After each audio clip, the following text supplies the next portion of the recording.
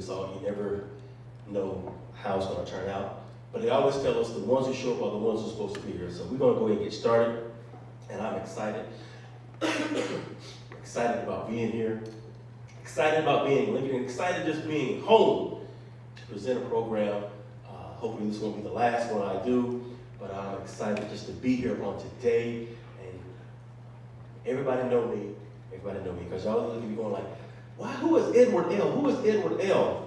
Yes, that's Eddie Surratt. Okay, just to get that out of the way now. That's Eddie Surratt. So y'all know who I am.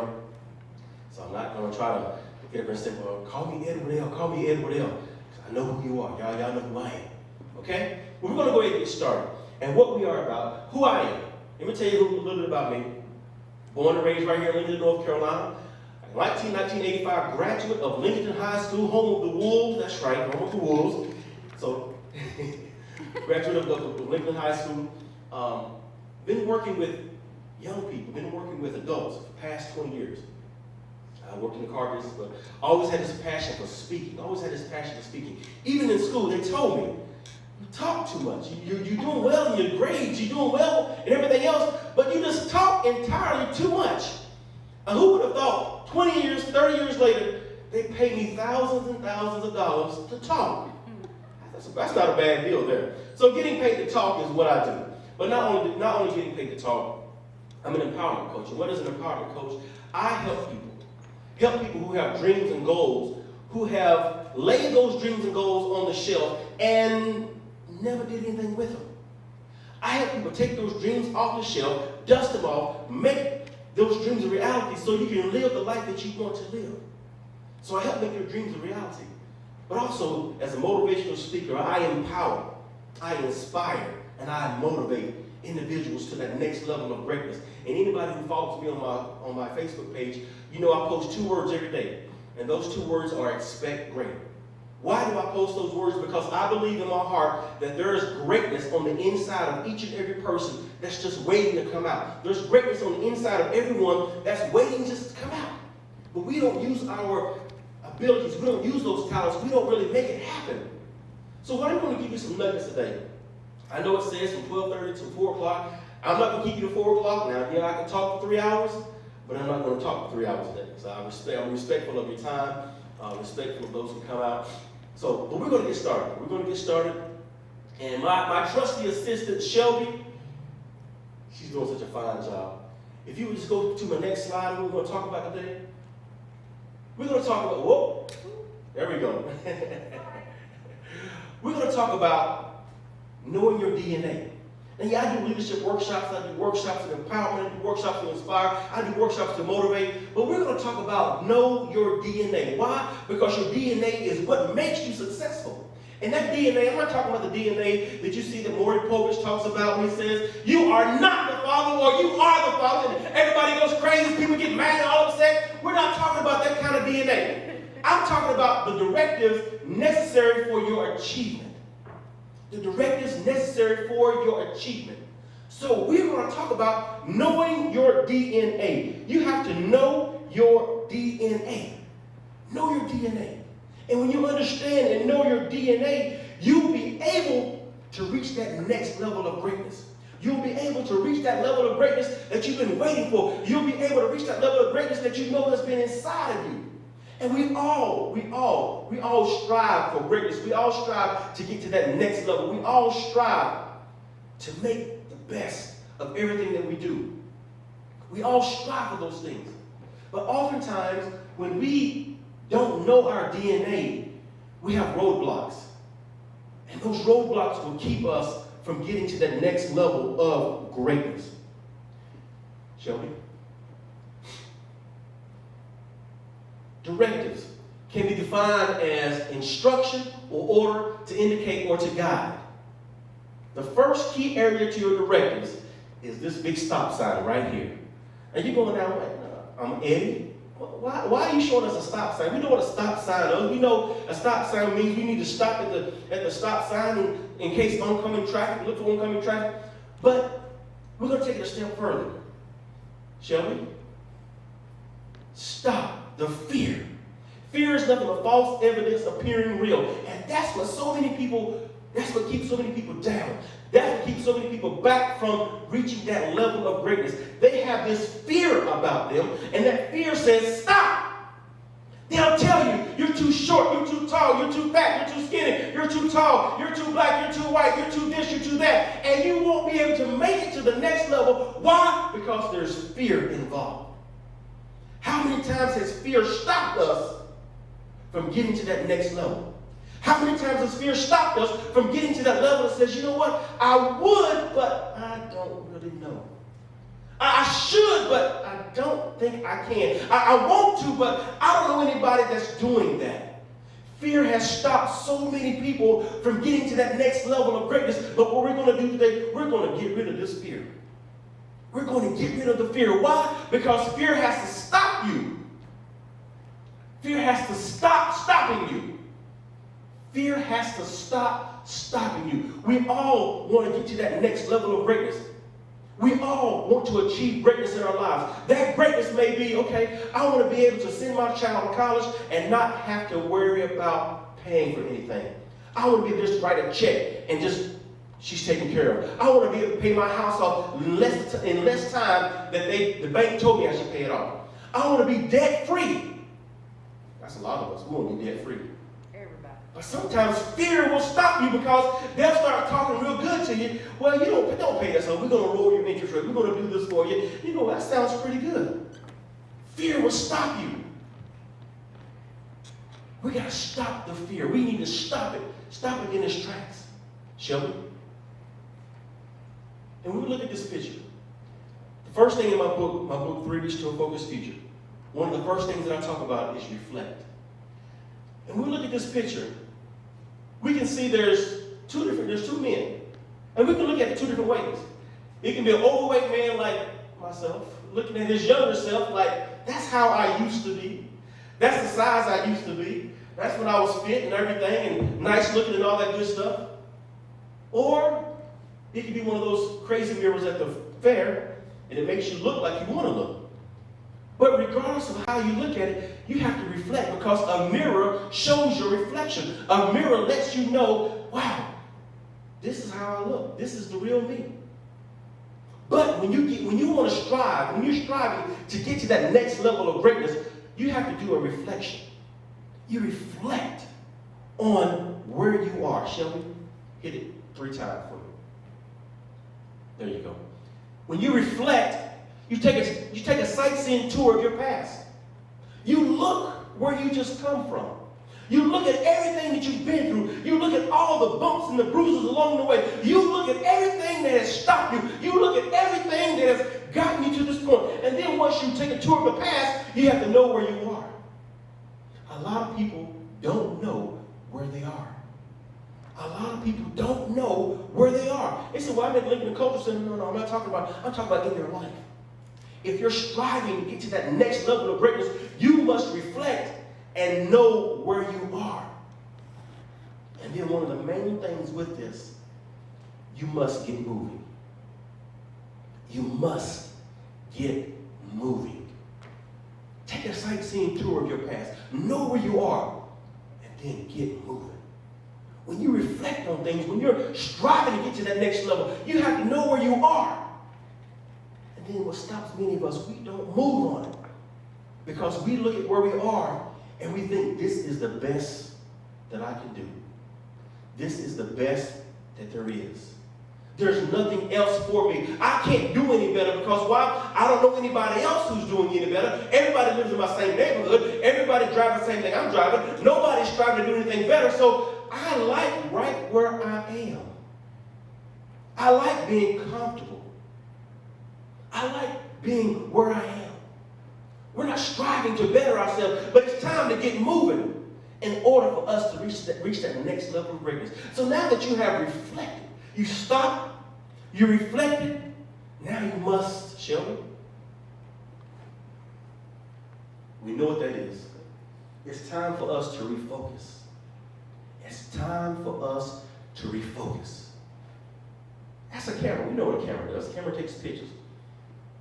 And everybody has smartphones, everybody has all digital cameras, and they automatically focus. But if they don't focus, the picture's not going to come out right. Am I correct? So you have to refocus. Hit it twice, Michelle. You have to adjust the lens to get a better picture. And not only are you adjusting the lens to get a better picture, you are adjusting your mindset to focus on your goals. In order for you to reach that next level of greatness, you have to adjust your mindset. Adjust that mindset to reach that goal that you've been striving for. Adjust that mindset to reach that goal that you know that's inside of you. Adjust your mindset that says, yes, I can achieve. Adjust that mindset that says, yes, I can do this. Adjust your mindset that says, there's nothing or no one that's going to stop me from reaching my goal. But I have to adjust my mindset in order for me to reach my goals. I have to adjust my mindset. And so many times our young people, I talk to young people all up and down the East Coast, and I'm trying to get into them, I'm talking to them, and their mindset is, well, mom and dad do it this way. Why should I do it? Mom and daddy didn't graduate high school, so why should I graduate high school? Mom and daddy didn't go to college. Why should I go to college? Our young people, this is what they think. So I have to go in and help them adjust their mindset so they can focus on their goals. And once you begin to focus on your goals, you're refocusing things. And once you refocus, that's when things begin to shape. Things begin to take form. Things begin to line up right for you. And we all want things to line up right for us, because when things begin to line up right, then we're following in that which we're striving to get to. Our goals, our beliefs, our dreams. One of the worst things is to die with your dreams not being fulfilled. That's one of the worst things you can do. Die with your dreams not being fulfilled. I don't want to be 80 years old going, I coulda, shoulda, woulda. I want to turn 80 and say, I did it. I accomplished this. At least I tried. That's what we want to be. We have to adjust our mindset, shall we? And when you begin to adjust your mindset, after you stop and reflect, refocus, then you begin to rebuild. When you begin to rebuild, things start to take shape. You see, whenever you build a house, you just don't have one piece of wood and one piece of one brick. You gotta have many pieces. You gotta have a right foundation. And when you rebuild, that's just like rebuilding your mind. Rebuilding your mind, when you're rebuilding something, that's a sign of growth, Sheldon. Rebuilding brings about growth. Rebuilding brings about growth. So as you adjust your mindset, as you begin to rebuild on things, then you start to say, you know what? I'm feeling better about myself. I'm feeling much better about myself. Rebuilding brings about growth. And I'm not talking about the kind of growth where you're expanding around your waist, because my brother and I was talking about, we got to lose some weight. Because we refuse to be diabetics. We refuse to have taken pills. We refuse all this other stuff. We have to start rebuilding our mindset so we don't have to take those things. We don't have to do those things. So our process means we have to grow in a way where we're losing weight. We have to grow. And you have to rebuild. When you're striving to get to that next level of greatness, it causes you to rebuild. It causes you to rebuild. How many of you are ready just to get to that level and say, you know what? I'm sick and tired of being sick and tired. Now it's time for me to start rebuilding on me. Now it's time for me to start rebuilding on who I am. Now it's time for me to start rebuilding on the greatness that I know that is inside of me. Now it's time. Now it's time for us to get to that next level where we're saying, you know what? I know I can do this. I just got to stop all the craziness. I got to stop being fearful. Not only do I need to stop being fearful, but I got to reflect. I got to refocus. And I got to rebuild. Sheldon? Keep on. We got to stop. We got to reflect. We got to refocus. And we have to rebuild. We have to stop. We have to reflect. We have to refocus. And we have to rebuild. That's what's needed in our lives today.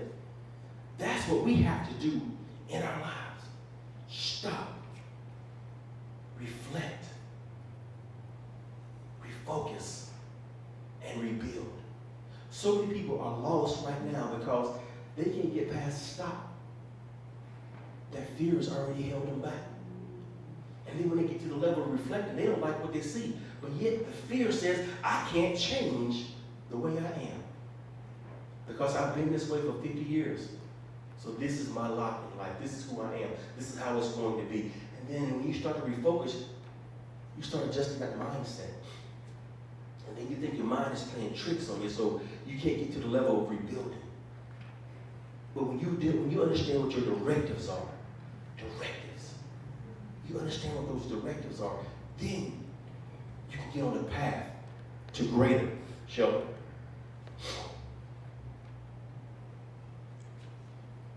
Necessary. Tell your directives necessary for achievement. Necessary can be defined as absolute essential, needed to achieve a certain result. Absolute essential. Something you have to have, something you can't do without, something that is so profound that if you don't have it, there's no way you're going to succeed. It's absolutely necessary. It's necessary for you to have these things. I love eagles. I do a whole workshop on eagles. I have a workshop that I do on eagles. I'm going to give you just a little nugget of it today. But I love eagles. Shelby. That says, what's necessary to make you soar like an eagle? What's necessary to make you soar like an eagle? What is it going to take? What will it take to make you soar so high that people will begin to look up to you? What is it going to take to make you soar so high that people are going to start saying, wow, I thought the last time I seen him, the last time I saw her, she didn't look like she looks now. But now you're soaring above everybody. You're soaring above those who said you couldn't. You're soaring above those who said you'll never make it. You're soaring above those who said there's no way you would get to that level. What's necessary to make you soar like an eagle? What's necessary? What's absolutely essential? What is it that you have to make you soar like an eagle? Shelby.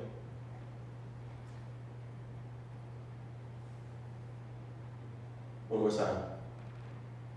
One more time.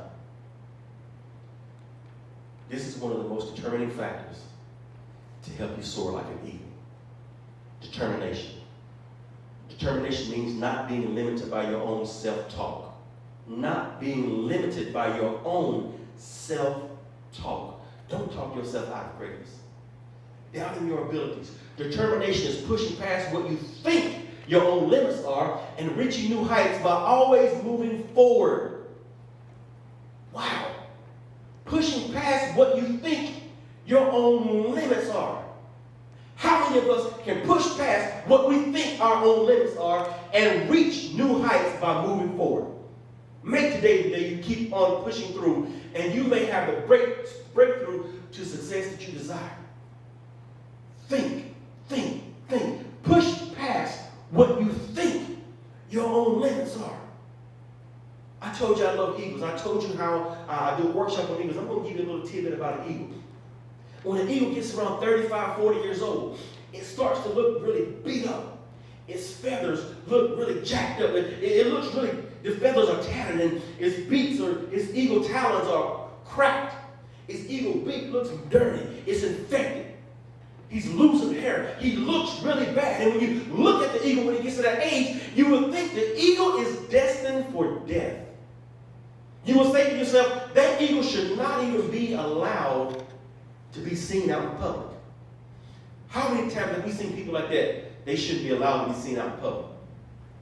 That's what happens to an eagle when he gets around 35, 40 years old. But then something else happens. When an eagle gets that way, it begins to look bad. But what an eagle does, an eagle begins to soar. The eagle will fly to the highest mountain that it can find. And at that point, the eagle will step on the mountain, and with this eagle beak, it will begin to pluck each feather out one by one, a very painful process. It will pluck every feather off his body. And not only will it pluck every feather off his body, it will pull each eagle talon out. It will find a sharp rock, and it will put each eagle talon in the rock and pull it out one by one. Imagine your fingernails being pulled off one by one. Very painful process. And not only that, it will find another rock, and its eagle beak, it will keep breaking this beak on the rock until the beak just breaks and blood is going everywhere. And now the eagle really looks bad. The eagle looks like there's no way he's going to survive. But then a process begins to take place. A process begins to take place. The eagle begins to grow brand new feathers. The eagle begins to grow brand new eagle talons stronger than ever. The eagle begins to grow a brand new eagle beak. And that same eagle that you saw months earlier, that you knew that was going to just go somewhere and die, one day you look up over the skies of Lincoln and you realize, wow, that's that same eagle that I thought was dead. That same eagle looked past its own limits. It looked past what other people thought about it, and it says, you know what? I got this. Every now and then we need to tell somebody, I got this. I know what you're saying about me, but you know what? I got this. I know what y'all think about me, but I got this. I know how you feel about me, but I got this.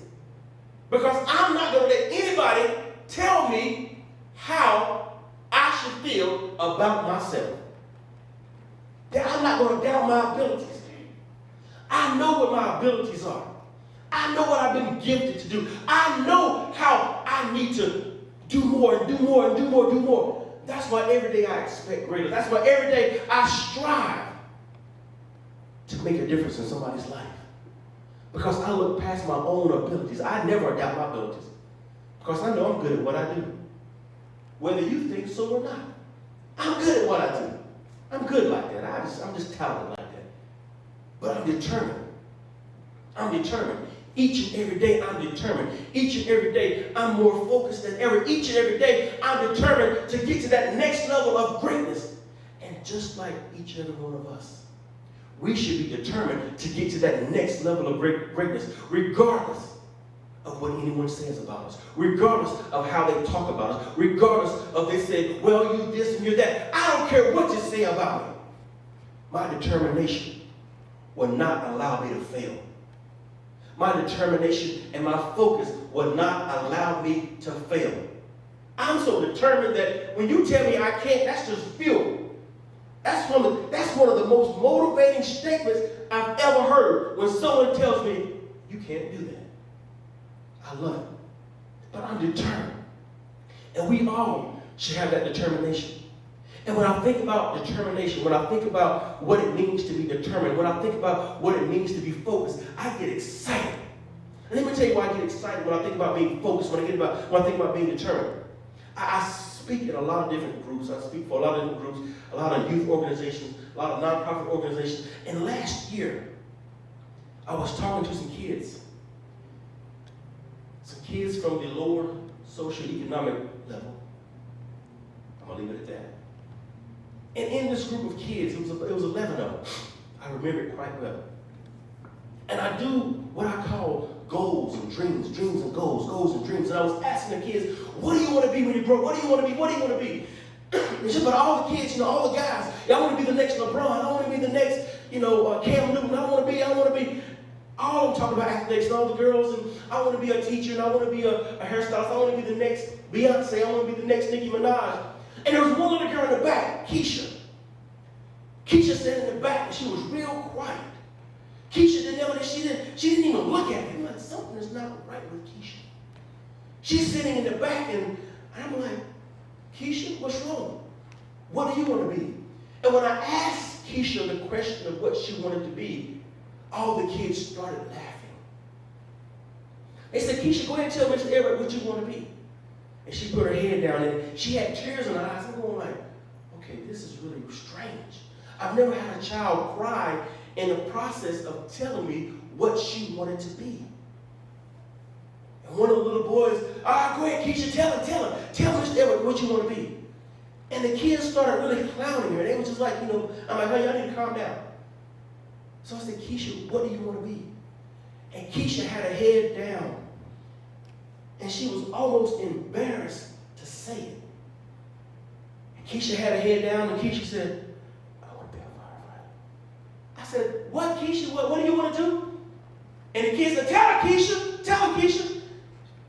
And she had tears. She started crying. Keisha said, I want to be a firefighter. I said, you want to be a firefighter? She was like, oh, God. And all the kids started laughing. And when they were laughing, they was like just really rolling on the floor laughing. And I said, Keisha, that's great. And this little girl said, no. And all the kids turned around at me like, Mr. Edward, she wants to be a firefighter. I said, that's great. But Mr. Edward, girls don't fight fires. I said, yes, they do. They said, no, Mr. Edward, no. Girls don't fight fires. Boys fight fires. And I'm like, Keisha, if you want to be a firefighter, you can be a firefighter. And she was going, really, Mr. Edward? I said, yes. And the guys and all the other kids was going, Mr. Edward, you done lost your mind because Keisha cannot be a firefighter. Girls cannot be firefighters. Now I'm telling you. I said, yes, they can. Keisha was like, okay, Mr. Edward, please back this up. Because she's sitting in the back, and she wanted to know how in the world could she achieve the level of becoming a firefighter. See, what the kids really didn't know, that about 5 years ago when Keisha was six years old, her house burned down, or her apartment caught on fire. And in that fire, her little brother lost his life. Oh, wow. But the firefighters came and they saved everybody, but they couldn't save her little brother. And at that point, Keisha said, you know, I want to be able to save lives. I want to be able to help people when the house catches on fire. I want to be able to go in and help people. But everybody told this little girl that she couldn't. Everybody told this little girl that no. One, girls don't fight fires. Two, you're black. So black girls definitely don't fight fires. Because we don't know any black female firefighters. I started smiling. Y'all look at me going like, why do you start smiling? Let me tell you why I started smiling. Because at that point, I realized I can make an impact in this young girl's life. All this young girl, for the last 5 years, this young girl told she was told that she couldn't become a firefighter. There was no way because there was no firefighters who looked like her. None. In the county, there was none that looked like her. I couldn't find any that looked like me, let alone look like her. I couldn't find none that looked like her. But you know what? The age of technology, I love it. The age of technology.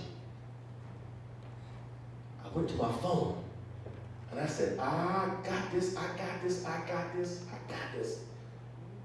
And I said, I know somebody who is determined. I know somebody who's focused. And I began to go through my paper. I said, I got to find. And I found my niece. And I couldn't get my fingers to work fast enough. So I got on my Facebook page and I looked up Brittany Alexander. Shelby, the next, hit it 3 times, please, or hit it. One more time after that. I got to my phone and I clicked on my niece's picture. And I had this picture, and there's other pictures, her in a mask and the whole stuff. And I said, Keisha, come here. And Keisha, and I said, look at my niece. And I showed Keisha the picture of a black female firefighter. And Keisha was like, wow, Mr. Edward, is this real? I said, yes, it's real. But Mr. Edward, they said black girls can't fight fire. This is real. But Mr. Edward, I don't know any black. This is real. So when I talk about being focused, when I talk about determination, for all the Keishas out there, whenever I go out and speak, I try to make sure I have other people that can come and just help me out. So I'm proud to have my niece here today. I'm proud to have my niece, the firefighter, Miss Brittany Alexander. Now she's going to come 10, 15 minutes, or however long it takes, to talk about being focused and being determined to reach this level of becoming a female firefighter. Brittany.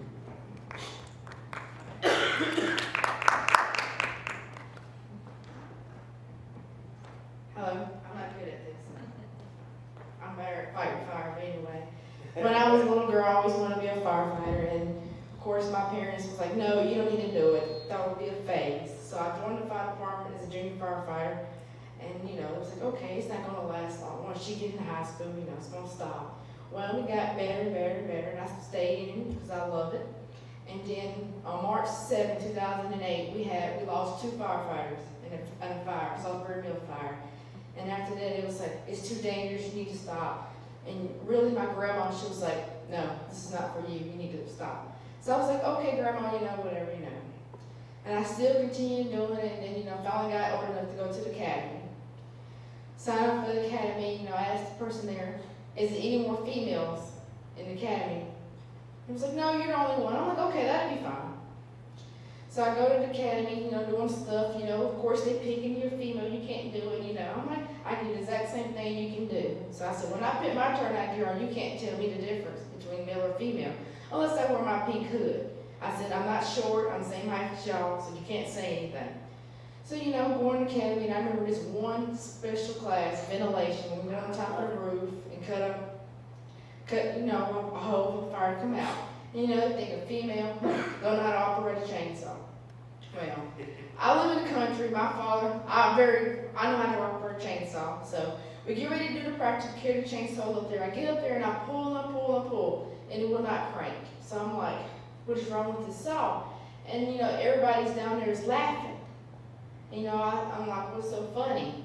And I looked at it, they poured all the gas out of it. To try to, make me look like a fool. So I said, okay. So, I'm mad at this point. So I come back down, put the gas in, and go up there and cut my hole. And, it's just like a little obstacle course you have to face. And, I've always said, I want to do it, And, I went to school, got my associate's degree in fire science.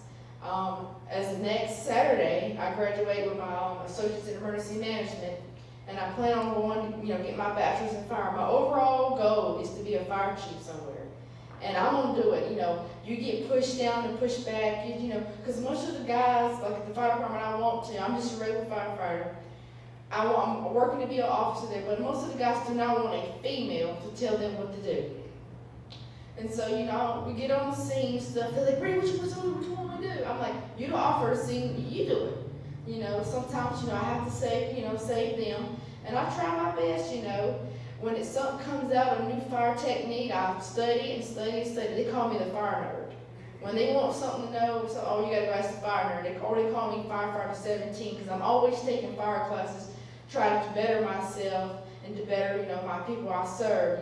A lot of people in the community knows me, oh, that's that fire girl, Or when I drive the fire truck that day, you pull up in a red light and you see like a little girl in a car and they look and you get the big eyes like it's a female, And I wave at them, they get so happy, or they see us on a public event, they love seeing it. I just want to get more females out there to do it. Yes, it's a man's world, we call it the good old boys club. But you just be determined and focused. I always be focused, I always wanted to do it, and nothing's going to stop me. If my parents say no, we're not paying for no more school, that's fine, because I'm going to still get my stuff.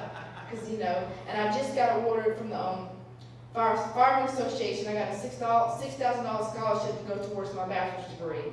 It's either UNC Charlotte or Fayetteville State. I'm not really sure which one I'm going to pick. Probably Fayetteville State because it's cheaper. And, it's online, and, then, firefighter, you work every third day. And then I've been applying for, because I want to be a career firefighter, you get the letter, you're overqualified. It's so frustrating, it makes you want to give up. And the funny thing was, before he mailed me his book, we was talking at the firehouse that day. I was working me and this other guy was like, we just can't get it. I guess it's just not for us. It's like, and one guy was like, well, I'm gonna give up. I'm just through with it, I'm not doing it. I said, well, I have one agility test left. I said, I had 2. I said, I got Winston-Salem and Burlington Fire Department coming up. I said, well, I made it this far, might as well give it a try. So I go to, Winston. I had a sinus infection and fever, so I go do the agility test. I passed it. I was, happy. I'm still waiting on the process because it takes a long time, seems like forever. So I go to Burlington. I had an interview. So I was like, okay. So I did the interview, good feedbacks and stuff. And so I went down there last week for the agility test. So they say I know something if I get the job made June 2nd. So I really, really hope I get the job. job, because that'd be like my next step, you know. Then I could be my firefighter for a couple of years and work my way up, and one day I will be a fire chief somewhere. I just, wherever it's, you know, God meant for me to be, that's where it's gonna be. Maybe a volunteer place. Yep, it doesn't matter. Maybe a volunteer place instead of a paid department. And that's fine. good. I'm still living my dreams. Exactly right. And you know, with the book and stuff, I was, you know, I was at that point too, like, man, I just want to give up, you know. I got the book in the mail and I put it in my car, and I was like, well, since we ain't going none, this is a beautiful day, we got some time. So I sat outside back and I'm reading this book. I'm like, this is like so me. I'm like, so right here. And I was telling the guy, I said, look, you know, read this page right here. I said, don't give up. Just give it one more chance. I said, you never know.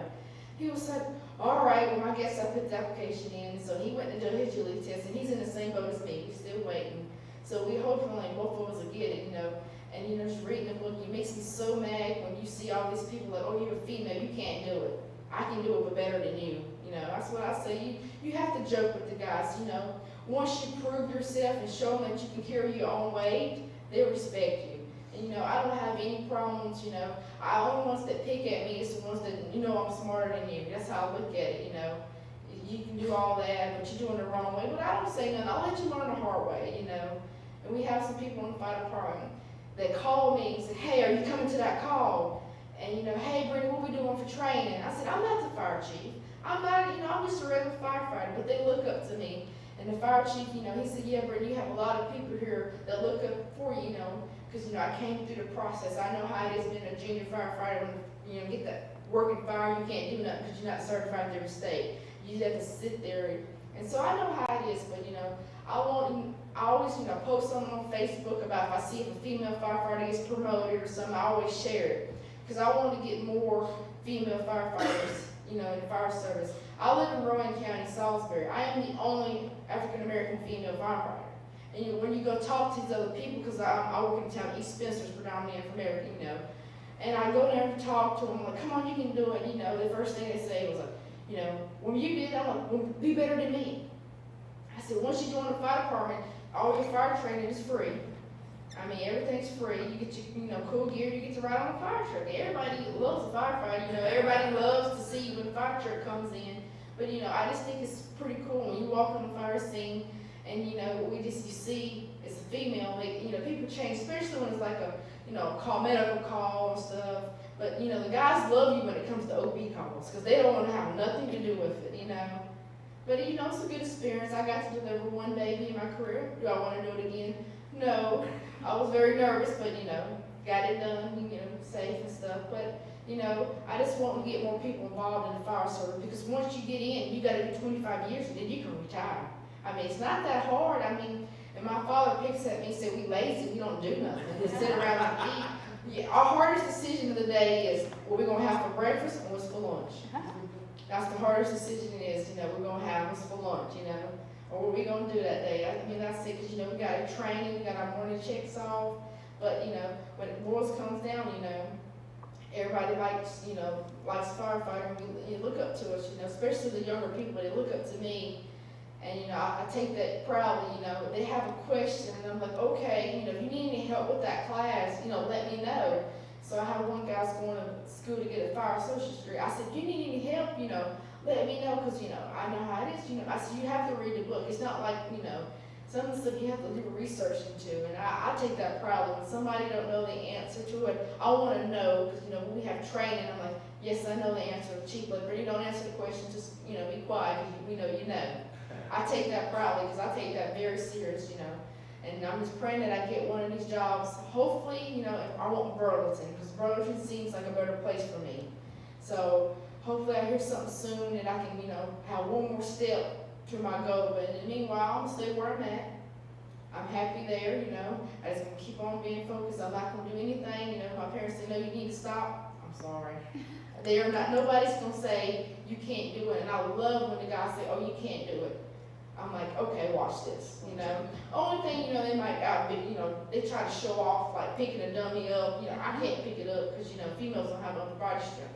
But, you know, that's why they make you straps on the hook, on our turnout gear just to pull. So I'm going to pull you out. I'm going to get you out. You might have some bruises, but, you know, you're going to get out safely. So that's how I look at it. And that's all I got to say. Good job, good job, good job, good job, good job. Good job. And You see why I brought her with me. That was phenomenal. That was phenomenal.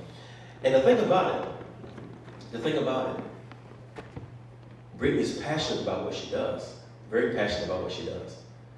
And that passion is so driven that her parents are here, when her father just went out, my brother just went out to know Chris, her mom Dawn, and her fiance is working the camera for me. So they came in support.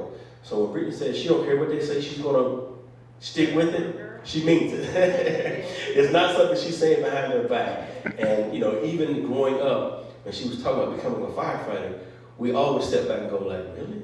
You know, really?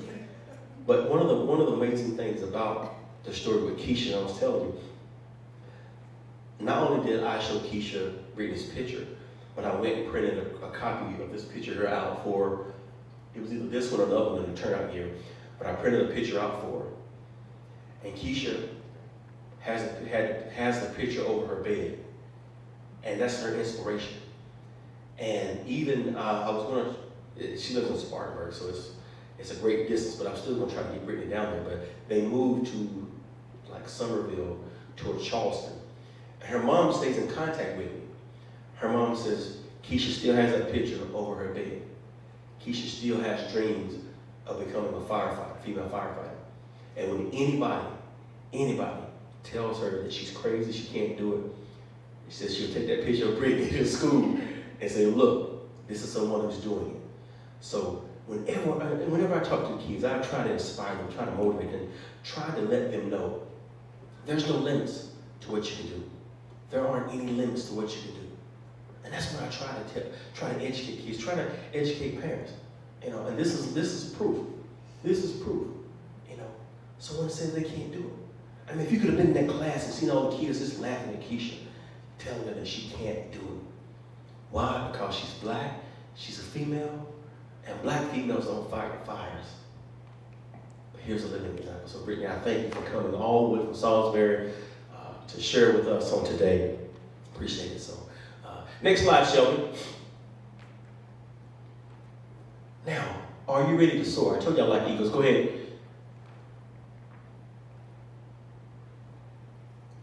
Four times. When I do my workshop on eagle, it's called SOAR. You know, seeking opportunities of achievement and responsibilities. You know, are you ready to soar? Are you ready to soar? Are you ready to soar? And what's necessary for you to soar in 2015? Seeking opportunities of achievement and responsibility. Seeking. What are you seeking? What is it that you're looking for? What is it that you want out of life? What is it that you're trying to get to? What is it? As we heard Brittany say, her goal is to keep going. She wants to be a career firefighter. She has a plan now. 25 years, I can retire and sit back. What are the opportunities? How many of us know there's opportunities all around us? There's opportunities all around us. We just have to be able to reach out and grab them. Reach out and ask for them. What is achievement? Achievement must be defined by you. How do you define achievement? Responsibilities. What are your responsibilities? As you seek greater, as you seek that next level of greatness, as you seek those things that you want in life, what are your responsibilities? Are you just going to get it and say, well, forget everybody else? Or are you reaching back and helping people? Are you reaching back and say, come on, I did it, you can do it. I know where you come from, you can still do it. Are you telling the children, that I know you can't find your father with the roadmap, but yes, you can still achieve something. I know your mama's doing any and everything, but yes, you can achieve something. How many of us are able to say, I'm reaching back and helping those less fortunate than me? Are you ready to soar? Are you ready to soar? Shelby?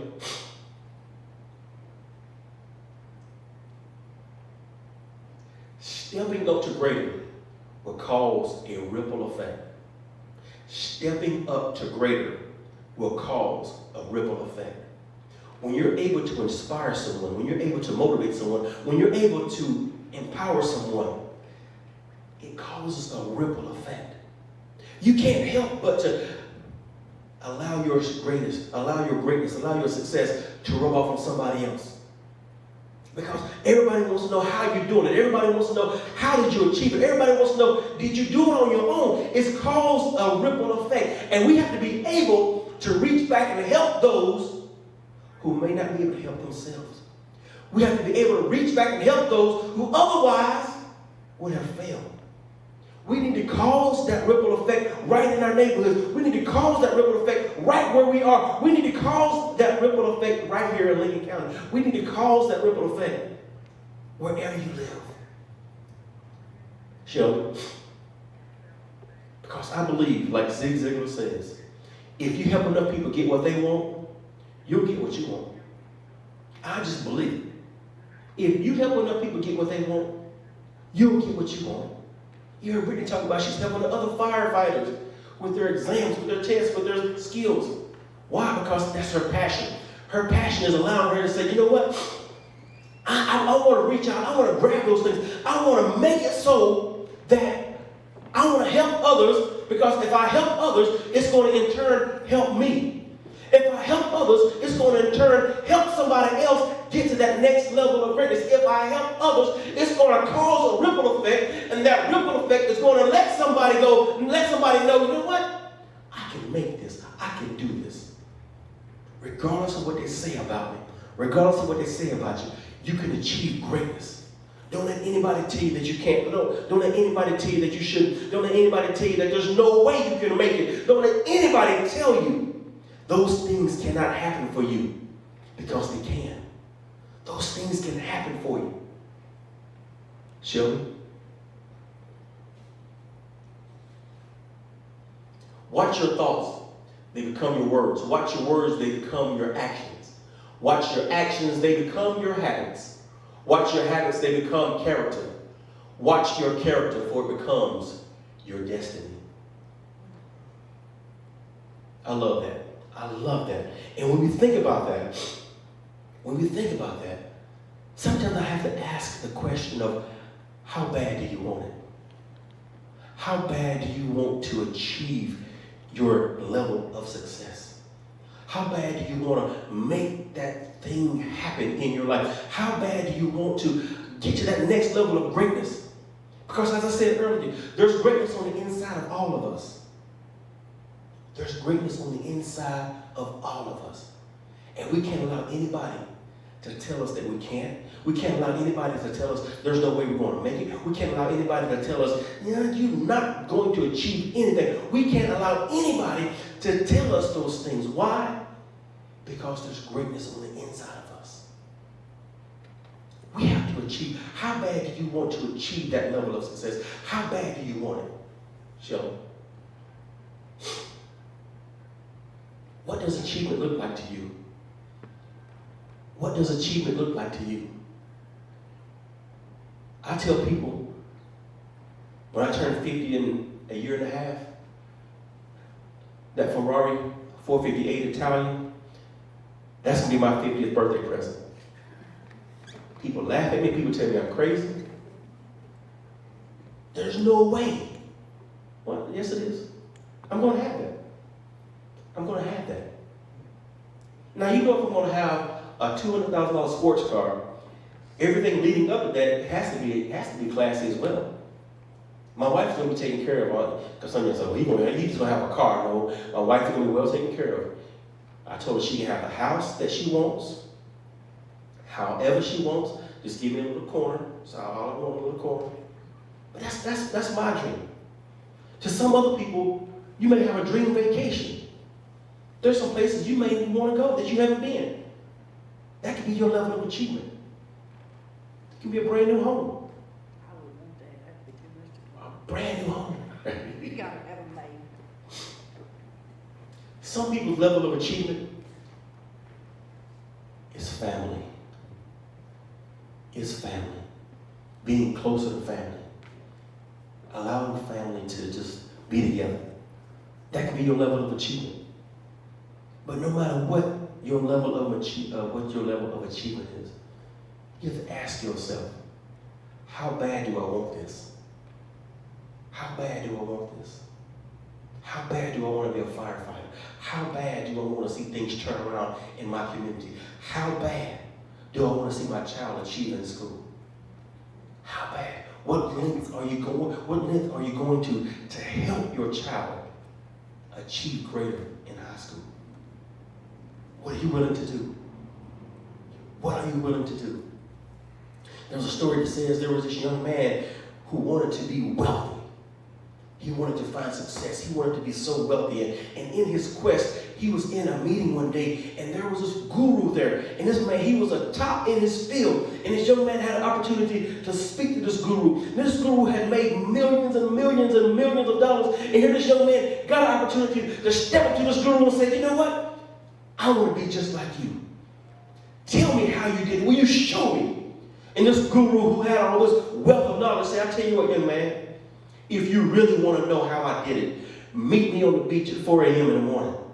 This young man full of vigor said, okay, I'm going to learn from the best. I'm going to get all this knowledge. I'm going to be on the beach at 4 a.m. in the morning. So this young man gets up early in the morning, goes to the beach. He's dressed up. He got a suit on and got his shoes on. And this guru was in the water. He said, how bad do you want it? He said, you know I want to learn this. I want to know what you know. I want to get to the level that you are. I want to be on that same path. The guru takes the man by the hand and he starts walking in the water. And the young man goes, man, it's crazy. Why are we walking in the ocean? I got on a suit. He should have worn some other clothes, but he got on a suit. But he said, this guru is smart. He's worth millions and millions of dollars. So I got to learn from him. If he's going to teach me, I got to keep going. So they're walking in the ocean and the water gets up around the man's knees. And the guru looks at the young man and said, you still want to learn you still want to learn? The man said, yes, I want to learn. Help me. I want to learn. They go out further, and then the water comes up to his chest, and this young man, looking at the guru, said, this man is crazy. But he's worth hundreds of millions of dollars, so I need to keep following, to keep paying attention. I need to keep listening. So the guru walks out even further. And then the water kind of gets up around the man's nose, and this young man going, this man is definitely crazy. And then the guru does something that's so crazy, he takes the young man and he puts his hand in the water. And you can imagine what happened. This young man is in the water, fighting, trying to get his way. He's like, what in the world this man is doing to me? I can't breathe, what is going on? And then the guru picks him up. And he says, while you were underwater, what did you want to do? And the young man was like, you know, I wanted to breathe. The guru turns to the young man and said, when you want to achieve success as bad as you want to breathe, then you'll be successful. Then you'll be successful. You see, when we strive for greatness, we have to want it so bad.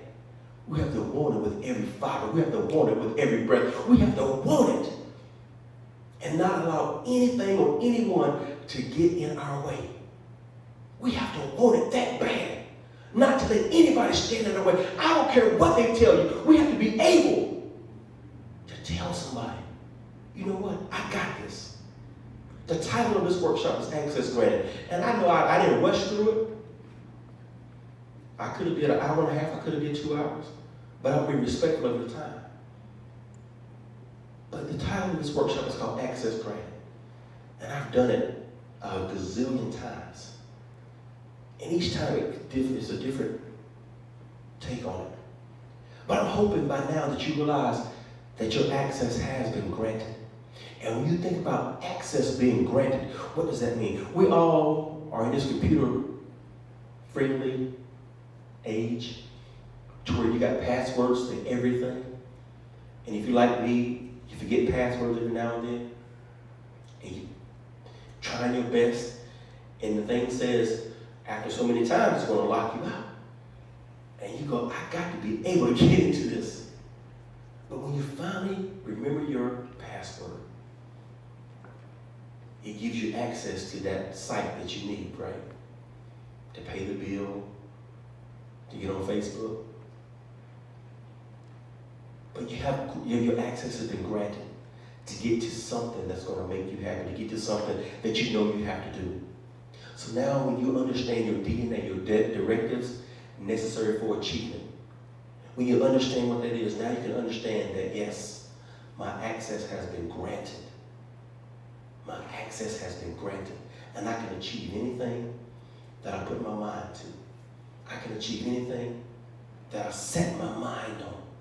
I won't allow anybody to stop me. I won't allow anybody to tell me that I can't. I won't allow anybody to tell me that there's no way I can make it.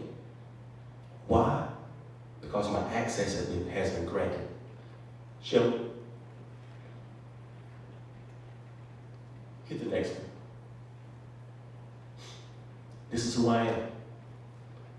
Edward L. Surratt, motivational speaker, peak performance coach, entrepreneur, pastor, author, workshop presenter. This is what I do. This is who I am. This is what I do. This is who I am. This is what I do. There's nothing to fear. You're as good as the best and strong as the mightiest too. For you can pass any battle or test, for there's no one just like you. There's only one you in the world today, so nobody else you see can do your work in justified way. You're the only you will be. There's only one you, for you can and you will, for you're the invincible you. Set your foot on the highest hill. Everybody who came out, remember, there's nothing you cannot do. I want to thank y'all for coming out. Thank y'all for just showing up. And this is who I am. I do have my book up here to purchase, the $20. And tell your friends. Tell your friends. You can cut that off now. In the ocean, I got on a suit. He should have worn some other clothes, but he got on a suit. But he said, this guru is smart. He's worth millions and millions of dollars. So I got to learn from him. If he's going to teach me, I got to keep going. So they're walking in the ocean, and the water gets up around the man's knees. And the guru looks at the young man and said, you still want to learn you still want to learn? The man said, yes, I want to learn. Help me. I want to learn. They go out further, and then the water comes up to his chest, and this young man, looking at the guru, said, this man is crazy. But he's worth hundreds of millions of dollars, so I need to keep following, keep paying attention. I need to keep listening. So the guru walks out even further. And then the water kind of gets up around the man's nose, and this young man going, this man is definitely crazy. And then the guru does something that's so crazy, he takes the young man and he puts his hand in the water. And you can imagine what happened. This young man in the water, fighting, trying to get his way. He's like, what in the world this man is doing to me? I can't breathe, what is going on? And then the guru picks him up. And he says, while you were underwater, what did you want to do? And the young man was like, you know, I wanted to breathe. The guru turns to the young man and said, when you want to achieve success as bad as you want to breathe, then you'll be successful. Then you'll be successful. You see, when we strive for greatness, we have to want it so bad. We have to want it with every fiber. We have to want it with every breath. We have to want it and not allow anything or anyone to get in our way. We have to want it that bad.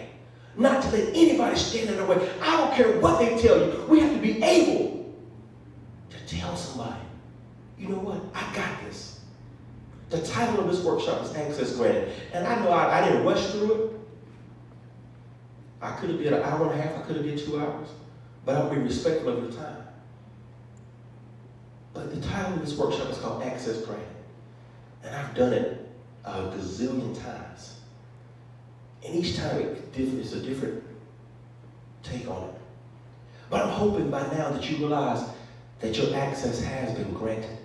And when you think about access being granted, what does that mean? We all are in this computer-friendly age to where you got passwords to everything. And if you're like me, you forget passwords every now and then. And you trying your best. And the thing says, after so many times, it's going to lock you out. And you go, I got to be able to get into this. But when you finally remember your password, it gives you access to that site that you need, right? To pay the bill, to get on Facebook. But your access has been granted to get to something that's going to make you happy, to get to something that you know you have to do. So now when you understand your DNA, your directives necessary for achievement, when you understand what that is, now you can understand that, yes, my access has been granted. My access has been granted. And I can achieve anything that I put my mind to. I can achieve anything that I set my mind on. I won't allow anybody to stop me. I won't allow anybody to tell me that I can't. I won't allow anybody to tell me that there's no way I can make it. Why? because my access has been granted. Shim, hit the next one. This is who I am. Edward L. Surratt, motivational speaker, peak performance coach, entrepreneur, pastor, author, workshop presenter. This is what I do. This is who I am. This is what I do. This is who I am. This is what I do. There's nothing to fear. You're as good as the best and strong as the mightiest too. For you can pass any battle or test, for there's no one just like you. There's only one you in the world today, so nobody else you see can do your work and justify the way you're the only you'll be. There's only one you, for you can and you will, for you're the invincible you. Set your foot on the highest hill. Everybody who came out, remember, there's nothing you cannot do. I want to thank y'all for coming out.